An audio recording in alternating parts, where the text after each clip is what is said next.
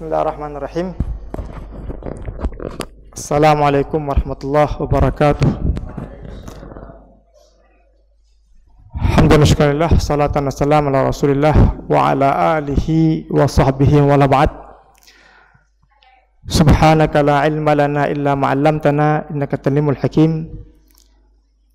Allahumma 'allimna ma yanfa'una wanfa'na ma 'allamtana.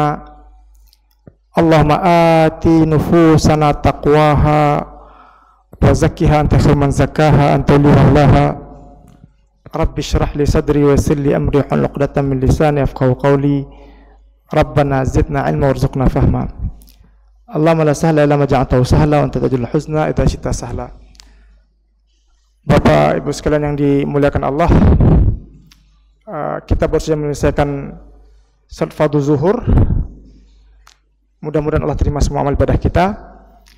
Dan sejenak sambil kita rehat siang, kita coba ulang kaji hal-hal yang mungkin telah kita ketahui, menyegarkan kembali pemahaman kita. Dan kita akan coba ketengahkan pada hari ini tentang permasalahan zakat, ya. Karena zakat sangat penting memang untuk kita fahamkan kepada setiap insan, kepada setiap muslim. Dengan demikian kemudian tumbuh kesadaran orang untuk berzakat. Dalam Islam kita ketahui ada sebuah kewajiban yang terkait dengan harta. Wa fi amwalihim haqqum ma'lum lis-sa'il wal mahrum.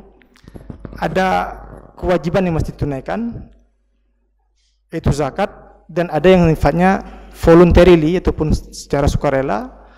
Apakah dia wujudnya infak, sedekah, wakaf dan lain sebagainya. Tapi yang wajibnya adalah zakat. Makanya kalau kita lihat dalam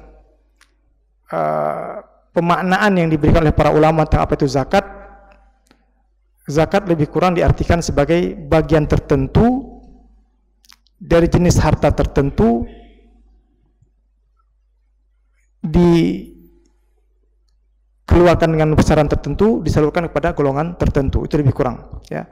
Definisi yang lebih mencakup jami' mani lah kalau dalam bahasa keilmuannya, itu lebih kurang. Artinya bagaimana kita memberikan unsur utuh dalam sebuah definisi zakat adalah bagian tertentu dari jenis harta tertentu. Artinya tidak semua jenis harta itu terkena zakat kemudian. Supaya kita juga tidak menzalimi harta yang dimiliki oleh seseorang, tapi juga ada bagian-bagian tertentu dan jenis harta tertentu, dan juga ada syarat-syarat tertentu. Jadi enggak semuanya kena, tapi ada syarat-syarat yang harus terpenuhi, kualifikasi yang harus terpenuhi, baru kemudian harta itu mesti dikeluarkan zakat.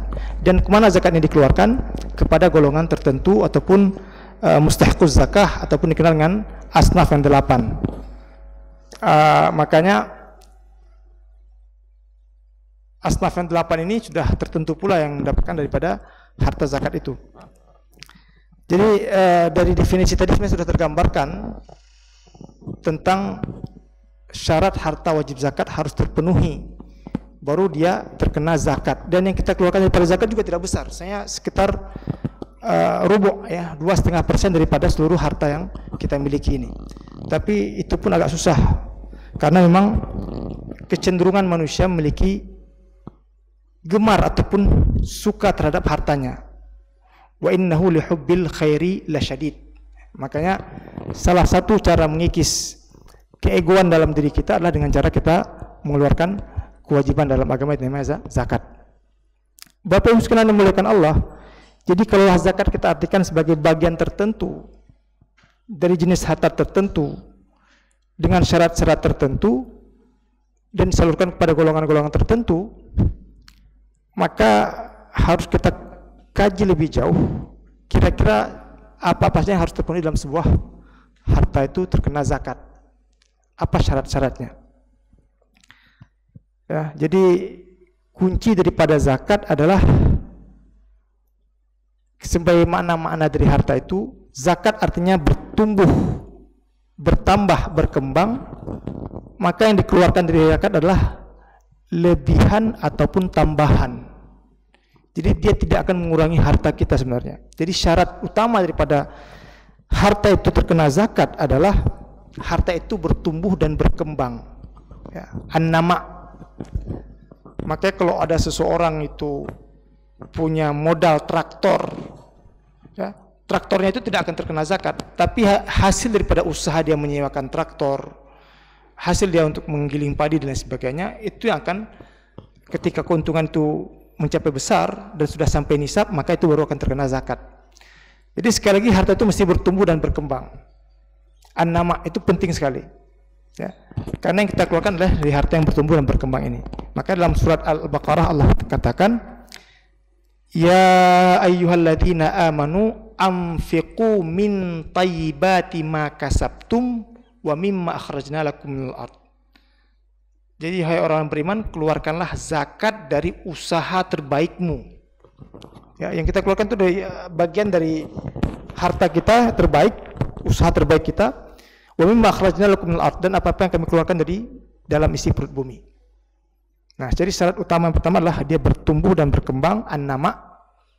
Maka dengan demikian kalau kita memiliki hutang, artinya uang kita pada orang lain, katakanlah dalam jumlah besar 1 miliar misalkan. Nah, uang kita 1 miliar itu juga tidak akan terkena zakat karena dia tertahan pada orang lain, ya, tidak bertambah, tidak berkembang. Tapi kalau sesuatu itu kita usahakan dan itu menghasilkan, rumah kita sewakan, apalagi misalkan gedung kita sewakan dan lain sebagainya, dan itu mendatangkan keuntungan, maka ini akan terkena zakat karena dia jenis harta yang bertumbuh dan berkembang. Bapak Ibu sekalian muliakan Allah, itu yang pertama. Dan yang kedua, harta zakat itu juga mesti dimiliki secara utuh dan sempurna, ya, utuh dan sempurna, al-milkut tam. Jadi dia tidak terikat kepada hutang, tidak terikat kepada kongsi. Maka kalau dia dengan kongsi, maka harus dibagi dulu bagian masing-masing supaya tahu berapa besaran harta yang dia miliki. Tidak terikat dengan pinjam-pinjam dan sebagainya. Jadi kepemilikan sempurna ini penting, al-milkut tam. Nah, setelah dia tumbuh berkembang dan kepemilikan sempurna, baru syarat berikutnya, tidak setiap bertambah itu kena juga, tapi bertambah bagaimana? Jika tambahnya itu sudah mencapai nisab. Ya, jadi bagaimana agama ini mengajarkan kepada kita begitu santun, ya, begitu teratur dalam mengatur syarat harta wajib zakat ini. Ada kait-kaitnya, ada batasan-batasannya. Tidak setiap bertumbuh dan berkembang itu, tapi kalau dia bertumbuh dan berkembang mencapai nisab, baru dia terkena zakat. Ya, jadi yang paling mudah kita pulangkan nisab itu kepada nisab emas, ya. Ishruna mithqal, 20 mithqal ataupun lebih kurang. Saya kira Baitul Mal Aceh juga ikut aturan ini, 85 gram emas, ya. Itu sudah terkena zakat. Walaupun nanti ada jenis harta lain seperti hewan ternak memiliki nisabnya sendiri, ataupun pertanian, biji-bijian itu memiliki nisabnya sendiri, ya, sekitar 5 wasak ataupun sekitar 630 kg lebih kurang kalau itu gabah. Artinya misalkan padi kita hasilkan 630 kg, kalau sekitarnya sudah bersih sekitar 490-an gitu, ya. Daripada beras itu baru wajib diwajibkan zakat. Jadi dia sudah sampai nisab seperti ini, maka baru kita keluarkan zakatnya. Masih ada kait berikutnya lagi. Sesudah tumbuh dan berkembang, an-nama, kepemilikan sempurna, sampai nisab, dia sampai 1 tahun kepemilikan itu, ya, haulanul haul itu, ya, walaupun ada sebagian ulama juga cenderung tidak setuju dengan kata-kata haul ini, makanya kan nanti kita sendiri terjadi perdebatan tentang misalkan zakat profesi, kemana kita pulangkan ini. Dan bukan rahasia lagi, ada sebagian menolak misalkan tentang zakat profesi ini, kepada kita hitung bagaimana ini, apakah per bulan kah setahun. Sebenarnya sama saja. Karena sekali lagi yang kita keluarkan daripada zakat itu adalah lebihan dari harta yang kita miliki, dan lebihan itu adalah bertambah, bertumbuh. Mau kita hitung per bulan, mau kita hitung per tahun tetap sama, ya. Jadi misalkan itu tentang zakat profesi yang ini. Jadi saya sampai whole, cuma kalau hitung per bulan lebih mudah pemotongannya, artinya langsung terdebet begitu. Tapi kalau per tahun terkadang mungkin jadi bisa kita lupa, maka ya boleh dipakai mekanisme per bulan atau per tahun. Yang jelas setiap harta yang tumbuh dan berkembang berupa gaji itu juga terkena kewajiban zakat. Ya. Bapak Ibu sekalian dimuliakan Allah, ada satu hal lagi yang saya kira penting untuk disebutkan di sini. Lebihan daripada kebutuhan pokok. Ini yang ya, lebihan daripada kebutuhan pokok itu juga syarat pada harta wajib zakat.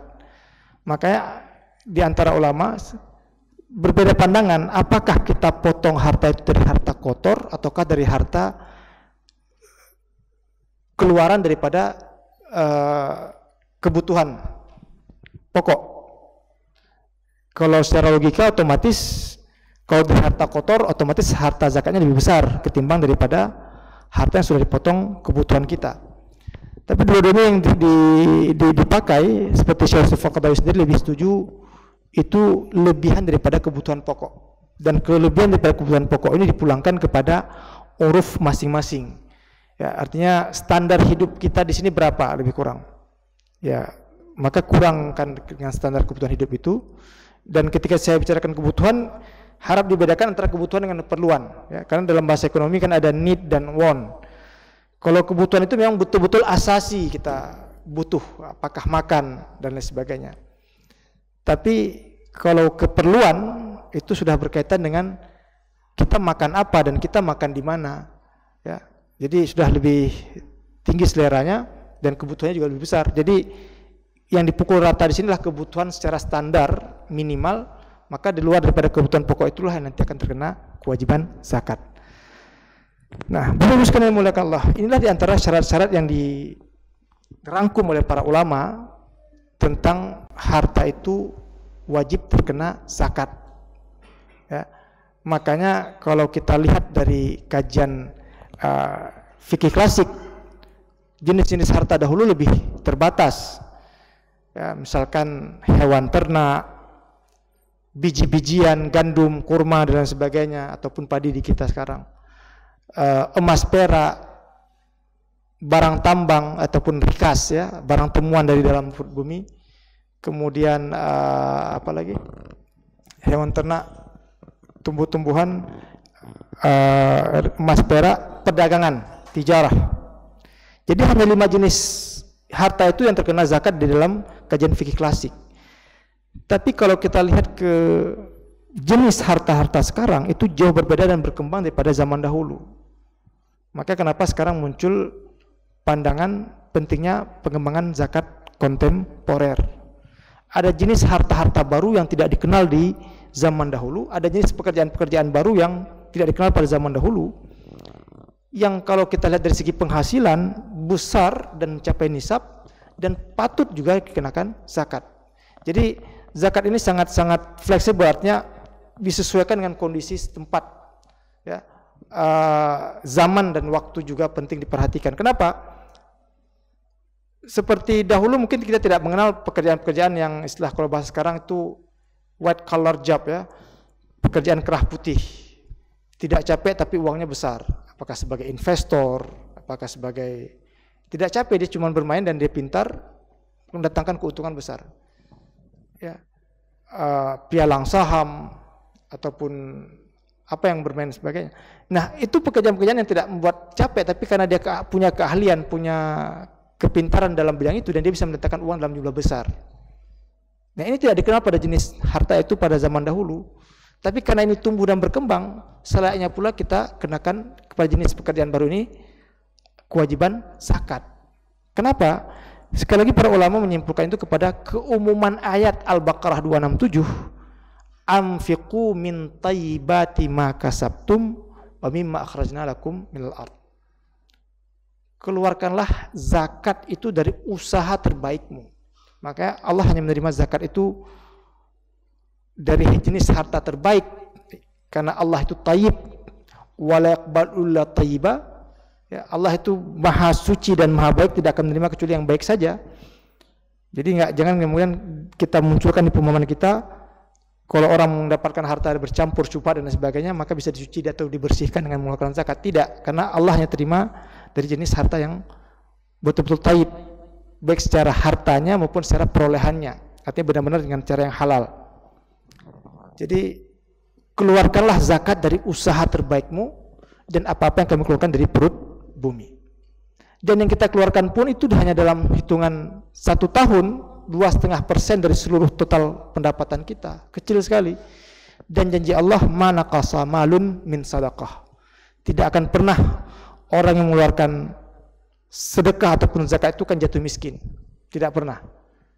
Ya, makanya kenapa ketika Allah mengharamkan riba, riba secara arti kata itu artinya bertambah juga, bertambah bertumbuh.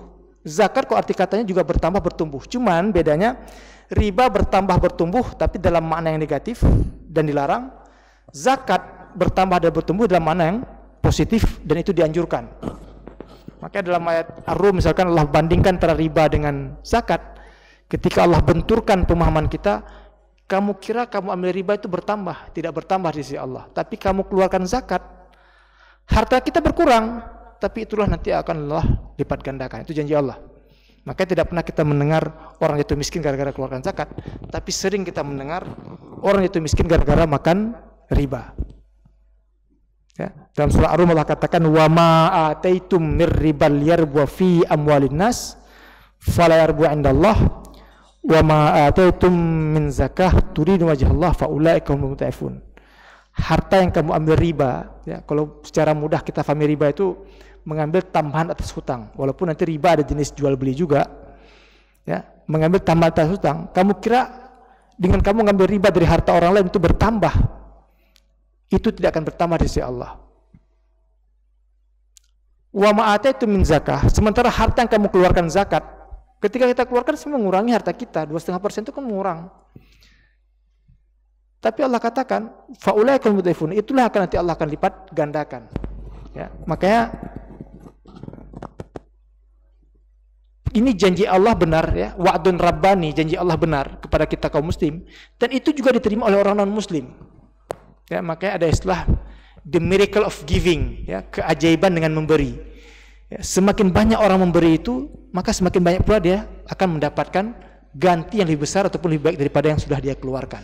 Enggak pernah kita dengar jatuh orang miskin itu. Makanya orang-orang muslim kemudian menamakan, mereka tidak katakan itu sebagai zakat atau sedekah, ya. Mereka katakan mungkin charity, mereka katakan itu CSR dan lain sebagainya. Tapi intinya sama. Artinya semakin seorang itu punya kontribusi sosial, memberi sesuatu bagian daripada harta yang dimiliki kepada kebaikan orang banyak, kemanfaatan orang banyak, maka semakin banyak pula yang bisa dia dapatkan dari bentuk ataupun jalur yang lain.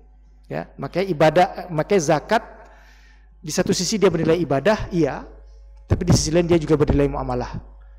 Ibadah kenapa? Karena perintahan dari Allah, ketundukan kita menunaikan zakat berarti itu ta'abbudi, bernilai ibadah. Karena ini perintah dari Allah. Ya. Sementara ketika kita salurkan zakat itu kepada yang berhak menerimanya, maka dia bernilai muamalah.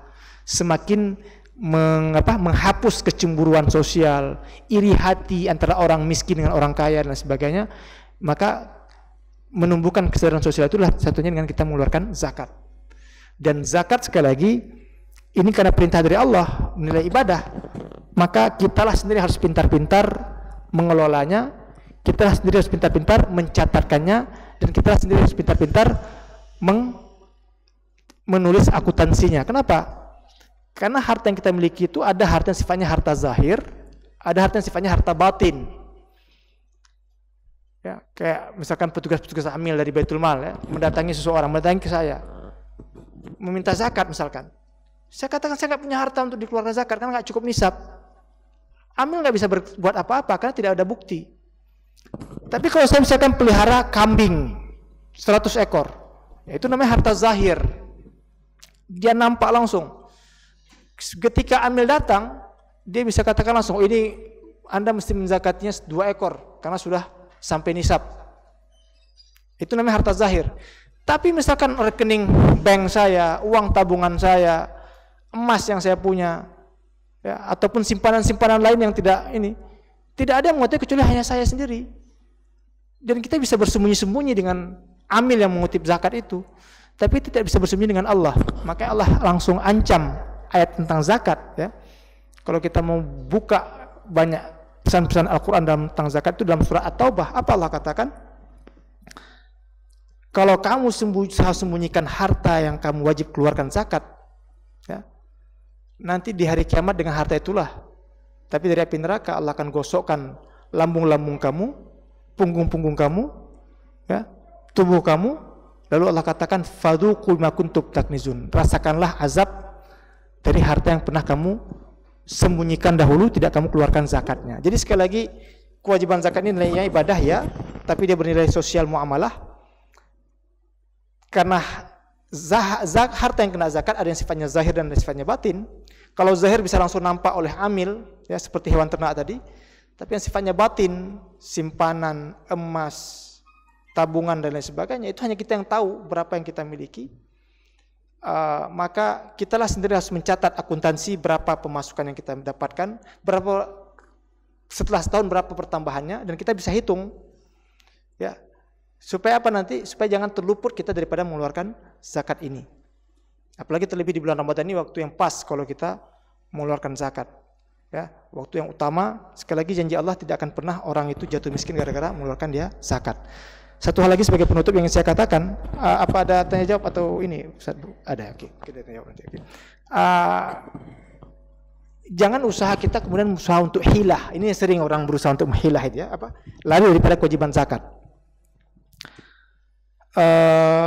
Misalkan dia sudah pelihara kambing, menjelang setahun dia jual kambing itu ataupun dia ini kan sudah kurang daripada jumlah nisabnya. Setelah lewat setahun dia beli lagi kambing yang sudah dia pernah ini kan. Nah seperti ini namanya hilah. Kita tahu kan, artinya kita berusaha untuk menghindar daripada zakat. Seperti orang hindar daripada pajak, ya. Dia sembunyikan dahulu yang harta-harta itu. Setelah lewat setahun baru dia beli lagi kembali harta itu. Itu tetap kena zakat karena dia berusaha untuk hilah daripada kewajiban itu. Ya, sama seperti orang berdagang, ya. Kalau orang berdagang, saya nggak punya uang saldo di bank. Tapi kalau kita lihat dagangannya, setiap minggu itu bertambah. Itu namanya penambahan secara takdiri. Jadi kalau penambahan secara itu, an-nama itu ada nama an-nama al-hakiki, kambing beranak, itu kan pertumbuhan secara hakiki, ya. Nampak langsung dia, lembu beranak dan sebagainya. Tapi juga ada yang namanya takdiri. Uang laba kita putar lagi karena kita berdagang, kita beli barang-barang lagi untuk menambah. Kalau kita tanyakan nggak ada uang saldo di saya, betul memang nggak ada uang saldo, tapi pertambahan barang itu adalah pertambahan daripada hasil dagangan kita. Jadi nggak bisa kita kemudian berusaha untuk sembunyi atau lari daripada kewajiban zakat ini. Kenapa? Kewajibannya pertanggungjawabannya bukan pada amil zakat, tapi pertanggungan kita kepada Allah. Ya, silakan nanti dibaca dan ditadaburi surat At-Taubah 34-35 tentang ancaman Allah yang begitu keras, ya, At-Taubah 34-35 ini kepada orang yang berusaha untuk menyembunyikan hartanya daripada kewajiban zakat. Ya.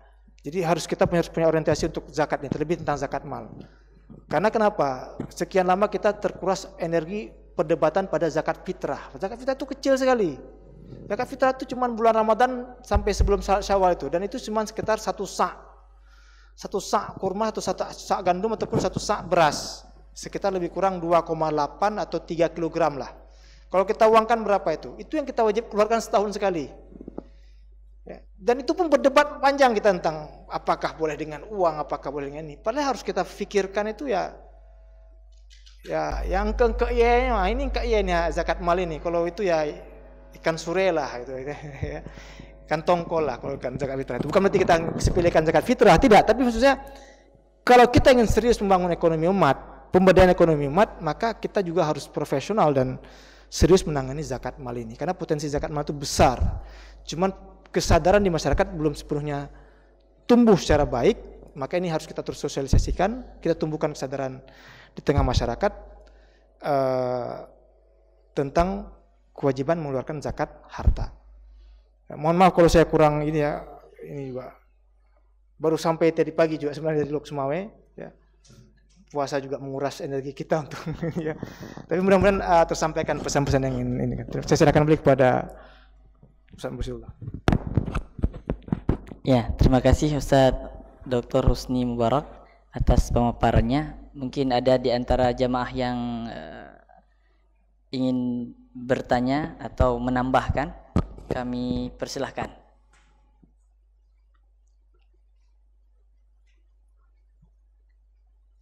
Aman ya ini. Ya, kalau nggak aman nih ambil semuanya. Jadi mungkin karena nggak ada, yang ibu-ibu mungkin ada yang bertanya? Ada ya? Iya, silakan Ibu.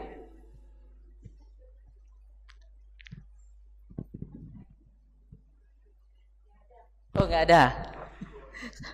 Kirain tadi ada gitu ya. Ya, kalau nggak ada kita minta closing statement dari Dr. Rusni. Sebagai penutup ya, sebagai penutup mungkin saya mau mengutip firman Allah dalam Al-Quran ya. Surat Ma'arij itu Allah katakan ketika Allah membicarakan manusia,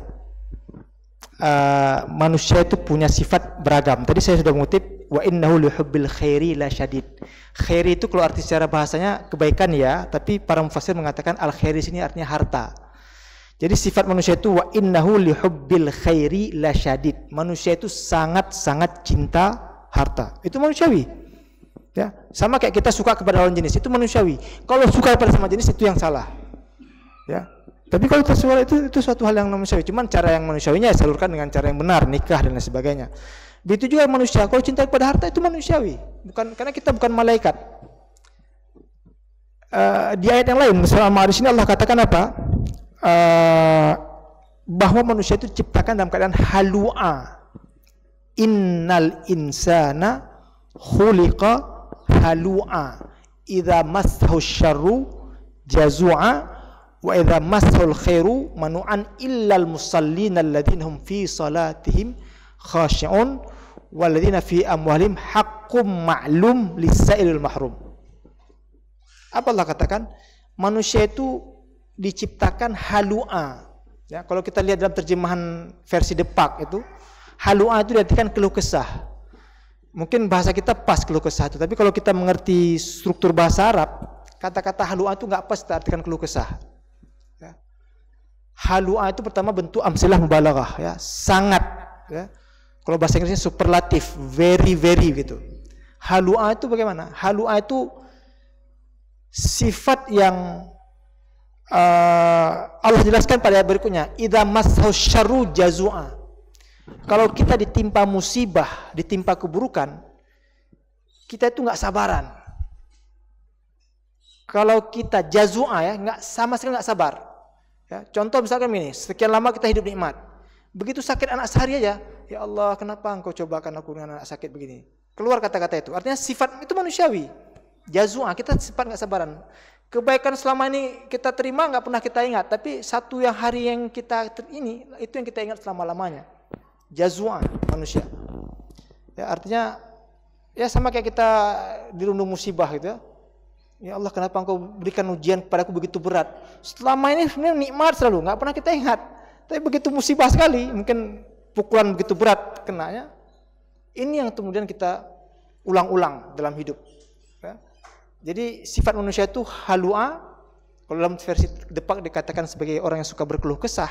Tapi Allah tafsirkan pada ayat berikutnya, idza massahu syarru jazu'a. Kalau ditimpa keburukan atau ke hal yang tidak dia sukai, manusia itu cepat tidak sabaran, cepat ngomel, cepat ngeluh, ya, cepat nggak bisa terimalah. Tapi kalau ditimpa kebaikan, wa idza masal khairu manu'a, ini sifat kita. Ya, ditimpa apa? Dapat untung, dapat ini, kita lupa terus yang kewajiban-kewajiban itu kita lupa. Kita akan simpan, kita akan apa? Pegang erat-erat harta itu supaya jangan berkurang daripada yang sudah kita dapatkan. Jadi Allah katakan idza masal khairu manu'a, kita akan tahan. Jangan sampai ada kurang dari harta yang kita miliki. Maka Allah katakan kita jangan sampai seperti begitu. Ada dua kunci kata Allah. Bagaimana? Illal musallina alladzina hum fi salatihim daimun. Kecuali orang yang senantiasa salat dan dia menjaga salatnya. Karena menjaga salat itu berkaitan dengan ta'abbud ilallah, menyembah Allah. Tapi kita juga jangan lupakan sisi sosial. Hablum minallahnya bagus, hablum minannasnya bagaimana? Dan bagaimana? Wa fi amwalihim haqqum ma'lum lis-sa'ilil mahrum. Dan dalam harta mereka juga ada kewajiban yang harus dikeluarkan. Nah, kewajiban yang dikeluarkan itu apa? Zakat. Kalau nggak sampai nisab bisa kita keluarkan dalam bentuk infak, sedekah, masih banyak jalan. Nah, ini itu kita tumbuhkan rasa sosial kita, rasa kepedulian sosial, kesetiakawanan sosial, ya. supaya meminimalisir gap antara yang berpunya dengan yang tidak berpunya, ya. Kalau bahasa kerennya equilibrium, social equilibrium, terjadinya keseimbangan sosial. Artinya yang kaya tidak terlalu kaya sekali, yang miskin juga tidak apa-apa sekali. Tapi dengan adanya zakat yang disalurkan, sehingga orang miskin juga punya daya beli, bisa memenuhi kebutuhan hidupnya, ya, dan lain sebagainya.